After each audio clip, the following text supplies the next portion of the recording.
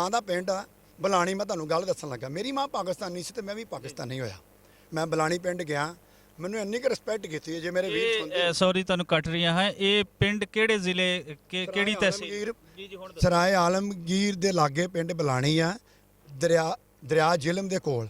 ਮੈਂ ਆਪਣੀ ਫੈਮਿਲੀ ਲਾ ਕੇ ਗਿਆ ਸੀ। ਮੁਸਲਮਾਨਾਂ ਨੇ ਮੈਨੂੰ ਐ ਦਿੱਤੀ ਆ ਰਿਸਪੈਕਟ, ਨਹੀਂ ਦਿੱਤੀ ਆ ਕਿ ਮੇਰੇ ਅਥਰੂ ਆ ਗਏ। ਮੈਨੂੰ ਉਸੇ ਵੇਲੇ ਬੁਲਾ ਕੇ ਉੱਪਰ ਕੋਠੇ ਉੱਤੇ, ਹਰ ਘਰ ਚੁੱਲ੍ਹਾ ਸੀ। ਮੇਰੀ ਮਾਂ ਦਾ ਪਿੰਡ ਸੀ, ਮੇਰੀ ਮਾਂ ਪਾਕਿਸਤਾਨੀ ਤੇ ਮੈਂ ਵੀ ਪਾਕਿਸਤਾਨੀ ਹੋਇਆ। ਕਿਉਂ ਦੋਸਤੋ, ਮੇਰਾ ਪਿਓ ਵੀ ਪਾਕਿਸਤਾਨੀ ਸੀ ਤੇ ਮੈਂ ਵੀ ਪਾਕਿਸਤਾਨੀ ਖੂਨ ਚੋਂ ਆ। ਤੇ ਤੁਹਾਨੂੰ ਪਤਾ ਫਿਰ ਦਲੇਰੀ ਆ ਹੀ ਜਾਂਦੀ ਆ। ਫਿਰ ਵੇਖ ਕੇ ਖਰਬੂਜੇ ਨੇ ਵੇਖ ਕੇ ਖਰਬੂਜਾ ਰੰਗ ਬਦਲ ਜਾਂਦਾ। ਜੋ ਜੱਟ ਆ ਨਾ, ਤੇ ਜੱਟ ਦਾ ਪਰਛਾਵਾਂ ਹੁਣ ਮੇਰੇ ਤੇ ਵੀ ਪੈ ਗਿਆ, ਮੈਂ ਤੁਹਾਨੂੰ ਦੱਸਾਂ। ਤੇ ਫਿਰ ਹੁਣ ਮੈਂ ਵੀ ਫਿਰ ਜੱਟਾਂ ਵਾਲੇ ਕੰਮ ਕਰਨੇ ਆ। ਉਦਾਂ ਮੈਂ ਭਾਟੀਆਂ ਵਾਂ, ਆਪਾਂ ਭਾਟੀਆਂ ਵਾਂ, ਸਾਡਾ ਕੱਪੜੇ ਦਾ ਕੰਮ ਹੁੰਦਾ। ਪਰ ਆਪਾਂ ਕੰਮ ਇਹੋ ਜਿਹਾ ਕਰੀਏ ਕਿ ਪਤਾ ਲੱਗ ਜੇ। ਬਲਾਣੀ ਪਿੰਡ ਵਾਲੇ ਉਹ ਬਿਲਾਣੀ ਪਿੰਡ ਦੀ ਕੋਈ ਜਿਹੜੀ ਤੁਹਾਡੀ ਮਾਤਾ ਦਾ ਪਿੰਡ ਹੈ, ਉਹਦੇ ਬਾਰੇ ਸਾਨੂੰ ਕੋ ਦੱਸੋ ਕਿ ਲੋਕ ਕਿਵੇਂ ਮਿਲੇ, ਕਦੋਂ ਤੁਸੀਂ ਗਏ, ਕੀ ਹੋਇਆ? ਮੈਂ ਜੀ ਕਾਫੀ ਸਾਲ ਪਹਿਲਾਂ ਗਿਆ ਸੀ। ਉੱਥੇ ਡਾਕਟਰ ਸਾਹਿਬ ਆ, ਫਿਰ ਇੱਕ ਸਰਪੰਚ ਸੀ। ਮੈਂ ਸਰਪੰਚ ਸਾਹਿਬ ਨੂੰ ਕਿਹਾ ਮੇਰੀ ਮਾਂ ਦਾ ਪਿੰਡ ਆ। ਉਹ ਬੜਾ ਮਜ਼ਾਕ ਜਿਹਾ ਆਇਆ, ਕਾਮੇਡੀ ਹੋਈ। ਮੈਂ ਸਰਪੰਚ ਸਾਹਿਬ ਇੱਥੇ ਜਿੰਨੇ ਵੀ ਪੈਸਾ ਮਿਲਦਾ ਖਾਇਓ ਨਾ, ਇੱਥੇ ਲਾਓ, ਉੱਥੇ ਮਸਜਿਦ ਵੀ ਉਹਨੂੰ ਵੀ ਅੱਛੀ ਬਣਾਓ। ਮੇਰੀ ਤਾਂ ਮਨ ਦੀ ਖੁਆਇਸ਼ ਆ ਕਿ ਉੱਥੇ ਬਲਾਣੀ ਪਿੰਡ ਇੱਕ ਯੂਨੀਵਰਸਿਟੀ ਹੋਵੇ। ਜੀ ਤੁਸੀਂ ਦੱਸ ਰਹੇ ਸੀ ਆਪਣੀ ਮਾਂ ਜੀ ਦੇ ਪਿੰਡ ਬਿਲਾਣੀ, ਜਿਹੜਾ ਸਰਾਏ ਆਲਮਗੀਰ ਜਰਮ ਕੋਲ ਹੈ, ਉੱਥੇ ਤੁਸੀਂ ਕਦੋਂ ਗਏ ਤੇ ਉੱਥੇ ਕੀ ਕੀ ਹੋਇਆ? ਮੈਂ ਜੀ ਕਾਫੀ ਸਾਲ ਪਹਿਲਾਂ ਗਿਆ ਸੀ। ਮੈਂ ਸੋਚਿਆ ਵੀ ਨਹੀਂ ਕਿ ਮੈਨੂੰ ਇੰਨੀ ਰਿਸਪੈਕਟ ਕਰਨਗੇ। ਮੈਂ ਕਿਹਾ ਮੈਨੂੰ ਕਿਤੇ ਮਾਰਨ ਕੁੱਟਣਾ, ਹੋ ਸਕਦਾ ਚਾਹ ਵੀ ਨਾ ਪਿਆਉਣ। ਉਹਨਾਂ ਨੇ ਇੰਨਾ ਕੁ ਪਿਆਰ ਦਿੱਤਾ, ਭੁੱਖ ਹੀ ਨਹੀਂ ਲੱਗਣ ਦਿੱਤੀ ਉਹਨਾਂ ਨੇ। ਮੈਂ ਫਿਰ ਸਾਰੇ ਘਰ 'ਚ ਗਿਆ, ਬੜੀ ਇੱਜ਼ਤ ਕੀਤੀ ਉਹਨਾਂ ਨੇ, ਮੇਰੀ ਬੜੀ ਇੱਜ਼ਤ ਕੀਤੀ। ਅੱਜ ਵੀ ਉਹ ਮੇਰੇ ਕੋਲ ਪਿਆਲੇ ਪਏ ਨੇ ਜਿਹੜੇ ਮੈਨੂੰ ਮੇਰੇ ਵੀਰ ਨੇ ਦਿੱਤੇ ਸੀ ਚਾਹ ਪੀਣ ਵਾਸਤੇ। ਮੈਂ ਅੱਜ ਵੀ ਉਹ 'ਚ ਚਾਹ ਪੀਣ ਦੇਣਾ। ਤੇ ਫਿਰ ਇੱਕ ਮੈਨੂੰ ਉਹਨਾਂ ਨੇ ਇੱਕ ਪਜਾਮਾ ਕਮੀਜ਼ ਸੀ, ਉਹ ਵੀ ਮੈਂ ਦਿਲ ਨਾਲ ਲਾ ਕੇ ਰੱਖਿਆ। ਭਾਵੇਂ ਉਹ ਪੁਰਾਣਾ ਹੋ ਗਿਆ, ਪਰ ਮੈਨੂੰ ਯਾਦ ਆ ਜਾਂਦੀ ਬਲਾਣੀ ਪਿੰਡ ਦੀ। ਇਹਨਾਂ ਲੀਡਰਾਂ ਦੀ ਖਾਤਰ, ਡਾਕੂਆਂ ਦੀ ਖਾਤਰ ਮੈਂ ਆਪਣੇ ਪਿੰਡ ਨਹੀਂ ਜਾ ਸਕਿਆ। ਮੇਰਾ ਦਿਲ ਕਰਦਾ ਮੈਂ ਦੁਬਾਰਾ ਜਾਵਾਂ। ਮੇਰੇ ਬੱਚੇ ਕਹਿੰਦੇ ਪਾਪਾ ਦਾਦੀ ਦੇ ਪਿੰਡ ਨਹੀਂ ਜਾਣਾ। ਮੈਂ ਕਿਹਾ ਪੁੱਤਰ ਇਹਨਾਂ ਡਾਕੂਆਂ ਨੇ ਨਹੀਂ ਸਾਨੂੰ ਜਾਣ ਦੇਣਾ, ਹੈਂ ਸਾਨੂੰ ਜਾਣ ਨਹੀਂ ਦੇਣਾ। ਮੈਂ ਕਿਤਨਾ ਜਾਈਏ? ਮੇਰੀ ਵੀ ਖੁਆਇਸ਼ ਹੈ ਮੇਰੀ ਮਾਂ ਦਾ ਪਿੰਡ ਵਧੀਆ ਬਣੇ। ਇਮਰਾਨ ਖਾਨ ਸਾਹਿਬ, ਮੈਂ ਤੁਹਾਨੂੰ ਇੱਕ ਬੇਨਤੀ ਕਰਨਾ ਚਾਹੁੰਦਾ, ਉੱਥੇ ਵੀ ਇੱਕ 4 ਲਾਈਨ ਹੋ ਜਾਵੇ, ਉੱਥੇ ਵੀ ਇੱਕ ਮੈਡੀਕਲ ਕਾਲਜ ਬੱਚੀਆਂ ਵਾਸਤੇ, ਬੇਟੀਆਂ ਵਾਸਤੇ ਇੱਕ ਕਾਲਜ ਖੋਲ੍ਹਿਆ ਜਾਵੇ। ਮਤਲਬ ਕਾਫੀ ਸੁਧਾਰ ਦਿਓ। ਮੈਂ ਵੀ ਯਾਦ ਰੱਖਾਂ ਜੇ ਅਸੀਂ ਵੀ ਇੰਨਾ ਕੁਛ ਤੁਸੀਂ ਕੀਤਾ ਤੇ ਉੱਥੇ ਮੇਰੀ ਮਾਂ ਦਾ ਪਿੰਡ ਵੀ ਸੁਧਾਰਨਾ ਚਾਹੀਦਾ। ਇਹ ਵੀ ਮੇਰੀ ਖੁਆਇਸ਼ ਆ। ਮੈਂ ਇੱਕ ਟਿਕਟ ਨਿਕਲਦੀ ਹੈ ਇੰਡੀਆ 'ਚ, ਉਹ 2-2.5 ਕਰੋੜ ਦਾ ਨਾਮ ਹੁੰਦਾ। ਮੈਂ ਕਿਹਾ ਜਦੋਂ ਨਿਕਲ ਗਿਆ ਨਾ, ਉਹ ਸਾਰੇ ਪੈਸੇ ਮੈਂ ਆਪਣੀ ਮਾਂ ਦੇ ਪਿੰਡ ਲਾਣੇ ਬਲਾਣੀ ਦੇ। ਕਿਉਂਕਿ ਮੇਰੀ ਮਾਂ ਦਾ ਪਿੰਡ ਵੀ ਇਹੋ ਜਿਹਾ ਪਿੰਡ ਬਣੇ ਕਿ ਲੋਕੀ ਯਾਦ ਰੱਖਣ, ਵਾਰ-ਵਾਰ ਵੇਖਣ ਨਾ। ਵਾਹ ਵਾਹ ਵਾਹ ਵਾਹ। ਸੌਰੀ ਮੈਂ ਤੁਹਾਨੂੰ ਕੱਟਾਂਗਾ ਇੱਥੇ ਕਿ ਮਨਮੋਹਨ ਸਿੰਘ ਜਿਹੜੇ ਸਾਬਕ ਭਾਰਤੀ ਵਜ਼ੀਰ ਆਜ਼ਮ ਹਨ, ਉਹਨਾਂ ਦਾ ਪਿੰਡ ਹੈ ਚਕਵਾਲ ਦੇ ਵਿੱਚ। ਉਹ ਆਪਣੇ ਪਿੰਡ ਨੂੰ ਅੱਜ ਤੱਕ ਨਹੀਂ ਭੁੱਲੇ ਜਿੱਥੇ ਉਹ ਜੰਮੇ ਜਾਏ ਹਨ। ਔਰ ਇਹਨਾਂ ਦੀ ਮਾਂ ਜੀ ਜਿੱਥੇ ਜੰਮੇ ਹਨ, ਇਹ ਉੱਥੇ ਨਹੀਂ ਜੰਮੇ।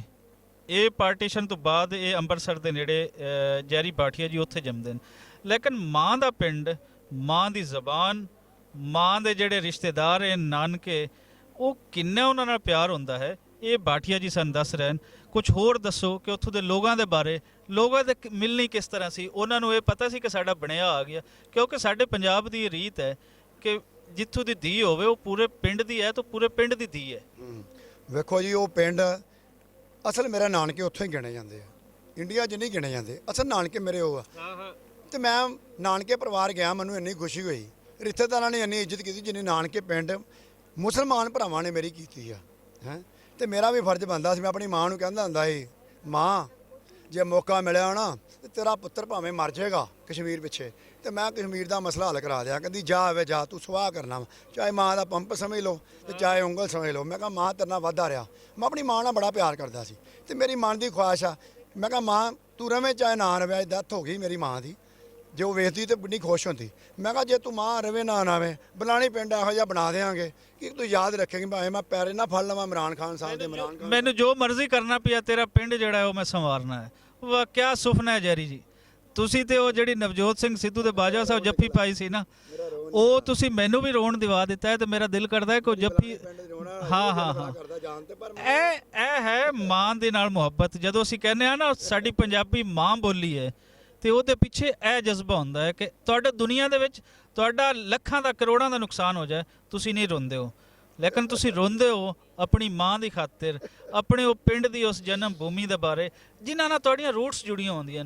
ਔਰ ਇਹ ਇਹਨੂੰ ਕੱਟੇ ਹੋਏ, ਜਿਹੜਾ ਕੱਟਿਆ ਗਿਆ ਇੱਧਰ ਦੇ ਪੰਜਾਬੀਆਂ ਨੂੰ ਉੱਧਰ ਤੇ ਉੱਧਰ ਦੇ ਨੂੰ ਇੱਧਰ ਜ਼ਬਰਦਸਤੀ ਸੁੱਟਿਆ ਗਿਆ, ਉਹ ਜ਼ਖਮ ਕਿਤਨੇ ਤਾਜ਼ਾ ਹਨ, ਉਹ ਜ਼ਖਮ ਕਿਤਨੇ ਲੰਬੇ ਚਲੇ ਹਨ, ਇਹ ਤੁਹਾਨੂੰ ਜੈਰੀ ਜੀ ਦੀ ਗੱਲ ਸੁਣ ਕੇ ਪਤਾ ਲੱਗ ਰਹੀ ਹੋਵੇਗਾ।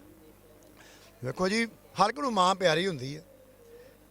ਮੈਂ ਵੀ ਇੱਕ 2 ਬੱਚਿਆਂ ਦਾ ਪਿਓ ਹਾਂ। ਜੋ ਮਾਂ ਪਿਆਰ ਕਰਦੀ ਹੈ ਨਾ ਆਪਣੀ ਬੇਟੀ ਨਾਲ, ਮਾਂ ਨਾਲ ਹੀ ਬੇਟੀ ਸੀਕ੍ਰੇਟ ਗੱਲ ਕਰ ਸਕਦੀ, ਪਿਓ ਨਾਲ ਨਹੀਂ ਕਰ ਸਕਦੀ। ਤੇ ਮਾਂ ਨੇ ਮੈਨੂੰ ਵੀ ਬੜਾ ਪਿਆਰ ਕੀਤਾ। ਮੈਂ ਕਿਹਾ ਮਾਤਾ, ਮਾਂ ਜਿਹਨੂੰ ਅੰਮੀ ਦੇ ਆਪ ਕਹਿ ਦਿੰਦੇ ਆ ਲੈਂਗੁਏਜ ਵਿੱਚ, ਮਾਂ ਮੈਂ ਬੁਲਾਣੀ ਜਾਵਾਂ ਤੇ ਉਹ ਇਹ ਹੋਣਾ ਮੈਨੂੰ ਪਾਣੀ ਨਾ ਪੁੱਛਣ, ਉਹ ਕਹਿੰਦੀ ਜਾ ਆਵੇ ਜਾ, ਹੱਥਾਂ ਨੇ ਚੁੱਕ ਲੈਣੀ। ਇਹ ਹੋ ਸਕਦਾ ਹੈ? ਮੈਂ ਕਿਹਾ ਕੀ ਪਤਾ ਮੁਸਲਮਾਨ ਮੈਨੂੰ ਕਹਿਣ ਤੂੰ ਕੀ ਲੈਣ ਇੱਥੇ ਆਇਆ ਵਾਂ, ਪਰ ਮੈਨੂੰ ਕਿਹਾ ਮੈਨੂੰ ਮਾਣ ਆ, ਮੈਨੂੰ ਸਰਦਾਰ ਹੋਣ ਕਰਕੇ ਕੁਝ ਨਹੀਂ ਕਹਿਣਗੇ ਹੈ। ਤੇ ਮੈਂ ਜਦੋਂ ਵੇਖਿਆ ਫਿਰ ਉੱਥੇ ਮੈਂ ਬਜ਼ੁਰਗ ਨੂੰ ਕਿਹਾ ਗੱਲ, ਮੈਂ ਦਮੇ ਸ਼ਾਹ ਦਾ ਦੋਤਰਾ, ਅੱਜ ਵੀ ਸਾਡੇ ਨਾਨਾ ਜੀ ਦਾ ਉੱਥੇ ਨਾਂ ਲਿਖਿਆ, ਸੇਵਾ ਕਰਾਈ। ਦਮੇ ਸ਼ਾਹ ਬੜਾ ਮਸ਼ਹੂਰ ਆ। ਫਿਰ ਇੱਕ ਸਾਨੂੰ ਮੁਸਲਮਾਨੀ ਸਾਡੀ ਭੈਣ ਨੇ ਦੱਸਿਆ ਕਿ ਤੁਹਾਡੀ ਇੱਕ ਮਾਸੀ ਹੋਰ ਹੁੰਦੀ ਸੀ ਤੇ ਇੱਕ ਸ਼ਾਹਣੀ ਮਾਸੀ ਇੱਕ ਹੋਰ ਸੀ। ਤੇ ਸਾਡੀ ਮਾਂ ਜਿਹੜੀ 16 ਸਾਲ ਉਮਰ ਸੀ ਜਦੋਂ ਇੱਥੇ ਆਈ। ਕੀ ਨਾਂ ਸੀ ਮਾਂ ਜੀ ਦਾ? ਸਾਡੀ ਮਾਸੀ ਦਾ, ਮਾਂ ਜੀ ਦਾ, ਤੁਹਾਡੀ ਮਾਂ ਜੀ ਦਾ ਨਾਂ? ਮੇਰੀ ਮਾਂ ਦਾ ਨਾਂ ਜਿਹੜਾ ਹਰਬੰਸਪੁਰਾ ਆਉਂਦਾ ਨਾ, ਜਦੋਂ ਵਾਘੇ ਬਾਰਡਰ ਆਈਏ, ਉਹ ਮੇਰੀ ਮਾਂ ਦਾ ਨਾਂ ਹਰਬੰਸ ਕੌਰ। ਮੈਨੂੰ ਬੜਾ ਮਾਣ ਆ ਕਿ ਲਾਹੌਰ ਦੇ ਲਾਗੇ ਹਰਬੰਸਪੁਰਾ, ਉਸ ਨਾਂ ਤੇ ਮੇਰੀ ਮਾਂ ਦਾ ਪਿੰਡ ਹੈਗਾ। ਤੇ ਮੈਂ ਕਹਿੰਦਾ ਨਾ ਮਾਂ ਤੇਰਾ ਪਿੰਡ ਵੀ ਬਣਿਆ ਹੀ ਉਹਲੇ ਜਦੋਂ ਮੈਂ ਪਾਕਿਸਤਾਨ ਆਇਆ। ਤੇ ਮਾਂ ਨਾਲ ਖੁੱਲੀਆਂ ਗੱਲਾਂ ਹੀ ਫਰੈਂਕਲੀ ਜਿੱਤ ਮੈਂ ਹਾਂ ਖੁਸ਼ ਦਿਲ, ਮੈਂ ਖੁਸ਼ ਰਹਿਣ ਵਾਲੇ, ਹੱਸਣਾ ਖੇਡਣਾ ਮਨ ਕਾ ਚਾਓ, ਪੰਜਾਬੀਆਂ ਦਾ ਕਹਿਣਾ। ਆਪਾਂ ਸੜੇ ਭੁੱਜੇ ਨਹੀਂ ਹੈਗੇ, ਮਤਲਬ ਖੁਸ਼ ਰਹਿਣਾ। ਹੁਣ ਡਰਾਮੇ ਵੇਖਣ ਵੀ ਜਾਈਦਾ, ਕਿੰਨਾ ਪਿਆਰ ਆ, ਕਿਹੜਾ ਨਹੀਂ ਮੇਰਾ ਜਾਣਦਾ। ਮੈਂ ਨਰਗਿਸ ਨਾਲ ਵੀ ਭੰਗੜਾ ਪਾਇਆ, ਉਦੋਂ ਮੈਂ ਗਿਆ ਸਾਂ ਤੇ ਮੋਟੀ ਮੇਰੀ ਵੀ ਨਾਲ ਸੀ। ਮੈਂ ਕਿਹਾ ਵੇਖ ਨਰਗਿਸ ਨੇ ਬੁਲਾਇਆ ਸੀ। ਚਲੋ ਉਹ ਕਹਿੰਦੀ ਨਹੀਂ ਕੋਈ ਗੱਲ ਨਹੀਂ, ਅਸੀਂ ਭੰਗੜਾ ਪਾਇਆ। ਉਹਲੇ ਬਸੰਤ ਸੀ, ਫਿਰ ਜੀਓ ਚੈਨਲ ਨੇ ਉਹ ਰਿਲੀਜ਼ ਕੀਤੀ ਸੀ ਤੇ ਮੈਨੂੰ ਬੜਿਆਂ ਨੇ ਕਿਹਾ ਅੱਜ ਤੁਹਾਡਾ ਭੰਗੜਾ ਆਉਂਦਿਆ। ਤੇ ਵੇਖੋ ਕਿੰਨੇ ਉੱਥੇ ਜਿੰਨੇ ਆਰਟਿਸਟ ਆ ਨਾ ਬੜੇ ਖੁਸ਼ ਆ ਵਿਚਾਰਿਆਂ। ਬੱਬੂ ਬਰਾਸ ਮੇਰਾ ਯਾਰ ਸੀ, ਖਾਸ ਕਰਕੇ ਜਮੀਲ ਫਕਰੀ ਸਾਹਿਬ, ਇਰਫਾਨ ਖੋਸੜ, ਮੈਂ ਉਹਨਾਂ ਦੀਆਂ ਆਵਾਜ਼ਾਂ ਵੀ ਕੱਢਾਂਗਾ, ਨਕਲ ਵੀ ਕਰਕੇ ਤੁਹਾਨੂੰ ਸੁਣਾਵਾਂਗਾ। ਉਹਨਾਂ ਨੂੰ ਮੈਂ ਬੜੀ ਮੁਹੱਬਤ ਕਰਦਾ, ਬਹੁਤ ਜ਼ਿਆਦਾ। ਤੇ ਅਸੀਂ ਹੁਣ ਵੀ ਡਰਾਮੇ ਵੇਖਣ ਜਾਣਾ। ਇਹ ਕਹਿੰਦੇ ਆ ਕਿ ਤੁਹਾਡਾ ਵੀਜ਼ਾ ਕੈਂਸਲ ਆਇਆ ਜੀ, ਤੁਸੀਂ ਜਾ ਨਹੀਂ ਸਕਦੇ, ਵੀਜ਼ਾ ਲੱਗਾ ਵਾ, ਤੁਹਾਨੂੰ ਖੜਨਾ ਨਹੀਂ 50 ਸਾਲ। ਮੈਂ ਕਿਹਾ ਮੈਂ ਲਾਹੌਰ ਜਾਵਾਂਗਾ, ਭਾਵੇਂ ਇੰਡੀਆ ਦੀ ਵੀ ਪੁਲਿਸ ਮਗਰ ਲਾ ਦਿਓ, ਫੜ ਸਕਦੇ ਤੇ ਫੜ ਲਓ। ਮੈਂ ਡਰਾਮੇ ਵਾਲਿਆਂ ਜ਼ਰੂਰ ਮਿਲਣਾ, ਮੈਂ ਵੀ ਇੱਕ ਆਰਟਿਸਟ ਹਾਂ, ਗੁਲੂਕਾਰ ਹਾਂ। ਮੈਂ ਵੀ ਡਰਾਮੇ ਸਟੇਜ ਕਰਦਾ ਰਿਹਾ। ਤੇ ਜੇ ਆਪਾਂ ਇਮਰਾਨ ਖਾਨ ਸਾਹਿਬ ਬੱਸਾਂ ਭਰ ਭੇਜੀ ਆਰਟਿਸਟਾਂ ਦੀਆਂ, ਤੇ ਸਾਡੇ ਵੀ 4 ਪੈਸੇ ਉੱਥੇ ਕਮਾ ਸਕਦੇ ਨੇ ਅੰਮ੍ਰਿਤਸਰ ਤੁਹਾਡੀ ਪਾਕਿਸਤਾਨੀਆਂ ਦੀ ਵਜ੍ਹਾ ਨਾਲ। ਜੇ ਚੱਲ ਮੇਰਾ ਪੁੱਤ ਫਿਲਮ ਚੱਲੀ ਹੈ ਨਾ, ਮੈਂ 4 ਵਾਰੀ ਵੇਖੀ, ਇੰਨੀ ਕਿ ਤਾੜੀ ਵੱਜੀ, ਇੰਨੀ ਕਿ ਤਾੜੀ ਵੱਜੀ। ਠਾਕੁਰ ਸਾਹਿਬ ਨੇ ਡਾਲ ਕੇ ਬੋਲਿਆ ਕਿ ਜਿਹੜੇ 2 ਮੁਲਕ ਹੈਗੇ ਨਾ, ਇਹ ਦੂਸਰੇ ਮੁਲਕ ਸਾਨੂੰ ਵੰਡਣਾ ਚਾਹੁੰਦੇ ਆ। ਪਿਆਰ ਅਸੀਂ ਆਪਸ 'ਚ ਰਲ ਜੀਏ ਨਾ, ਤੇ ਕੋਈ ਮੁਲਕ ਸਾਡੇ ਕੰਟਰੀ ਯਾਤਰਾ ਕਰਨਾ ਨਹੀਂ ਚਾਹੁੰਦਾ। ਮੈਂ ਕਹਿੰਦਾ ਆਹ ਤਾੜੀ ਵੱਜੀ, ਮੇਰੇ ਹੱਥੋਂ ਨਿਕਲ ਕੇ ਇੱਕ ਬੰਦਾ ਕਹਿੰਦਾ ਵਾਹ, ਭਾਵੇਂ ਉਹਨੇ ਸ਼ਰਾਬ ਪੀਤੀ ਸੀ ਪਰ ਉਹਨੇ ਤਾਰੀਫ ਕੀਤੀ ਠਾਕੁਰ ਸਾਹਿਬ ਦੀ। ਉਹਦੇ ਵਿੱਚ ਅਮਰਿੰਦਰ ਨੇ ਜਿਹੜੀ ਖੂਬਸੂਰਤ ਗੱਲ ਕੀਤੀ ਹੈ ਨਾ ਕਿ ਪੰਜਾਬੀਆਂ ਨੂੰ ਲੜਾਉਣਾ ਕਿਹੜਾ ਔਖਾ ਹੈ, ਤੇ ਉਹ ਸੁਣ ਕੇ ਤੇ ਉਹਦੇ ਪਿੱਛੇ ਜਿਹੜੀ ਇੱਕ ਹਿਸਟਰੀ ਬਣਦੀ ਹੈ, ਉਹ ਬਿਲਕੁਲ ਸਾਨੂੰ ਰਵਾ ਦਿੰਦੀ ਹੈ ਕਿ ਵਾਕਈ ਪੰਜਾਬੀਆਂ ਨੂੰ ਲੜਾਉਣਾ ਕਿਹੜਾ ਔਖਾ ਹੈ।